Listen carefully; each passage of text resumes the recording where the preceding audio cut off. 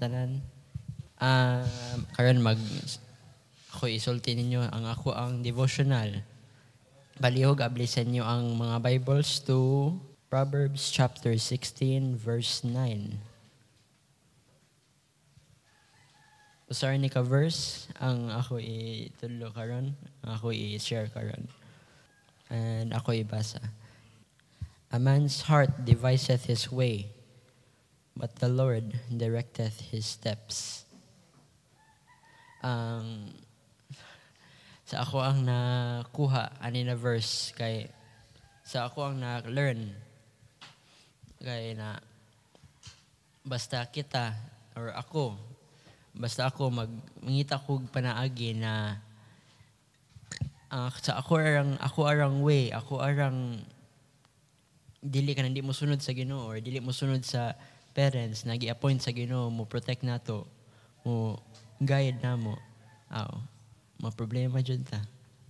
Na for example, na ako na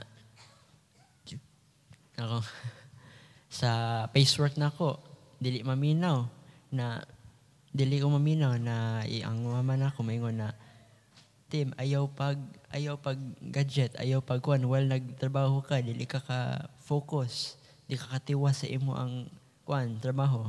Gahapon nagtrabaho na putol-putol, daghan og kuan sig storya, sig tan-aw ang ending 1 AM na tiwas.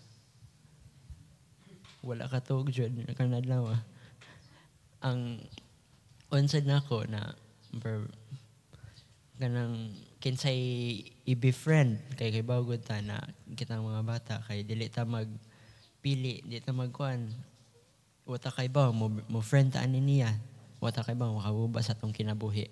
Last nako is na sa ako ang basis ni balik pero kanang ang sa formula sa math or sa kuan na kailangan jud inganian nimo basta din nimo sundon kay marong jud ni bisan pa sakto imong answer na pero kailangan jud sundon nato ang gi-direct sa Ginoo kay basta di ta mo sunod 1 AM ta matiwas sa trabaho ang sa akong nakaton jud ani mo born ta kay ni hapit ako tiwas pero sa akong nakaton ani kay kailangan ta mo sunod sa laid out path na giset sa ato ang mga peers, sa atong mga parents, sa atong mga uncle, sa atong mga auntie, sa basikin sa nagiset sa Ginoo na mo guide nato, sa kinsa na mo giset sa Ginoo na mo lead nato sa atong kinabuhi. Kay wata kay ba sunod kay kita na sa nang mag-lead sa next na generation.